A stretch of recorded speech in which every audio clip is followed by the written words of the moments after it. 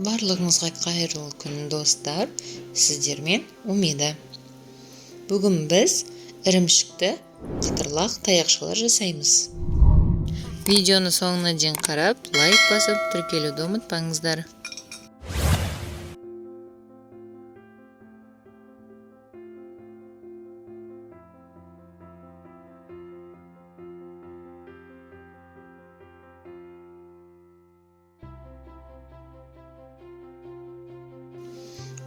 Ол үшін бізге алдымен картошкамызды қайнатуымыз керек. Бізге кемі 10 минуттай кетті.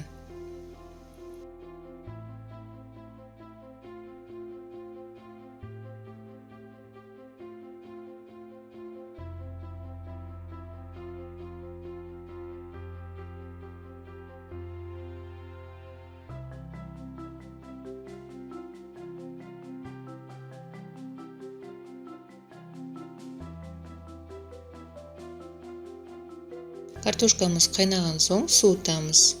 Суылған картошкаларымызды алып, еземіз. Езілген картошканың үстінен үкіштен өткізілген ірімшігімізді салып, тағы да езіп аламыз.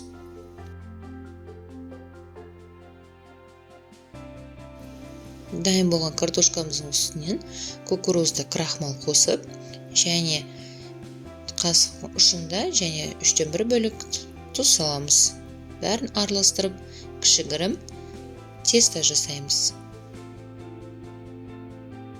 Дайын болған тестамызды осындай пакетке салып, аузын бекітіп, пакетті бірдей қылып, тестамызды жайып аламыз. Фаршқа арналған осындай пакетпен жасасаңыздар, тесталарыңыз өте күшті шығады. Дайын болған тестамызды 20 минутқа мұздатқышқа жібереміз.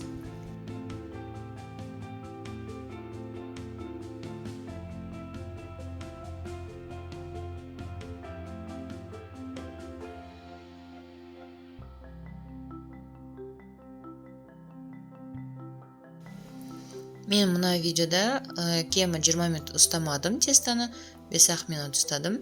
Сол себепті видеода жұмсақ болып көрініп тұр.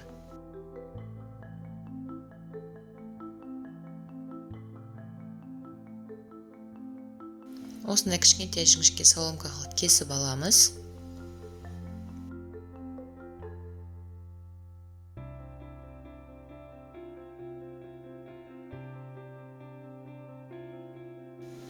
Қатты отта қуырмаймыз, орта немесе төменгі отта қуыратын боламыз.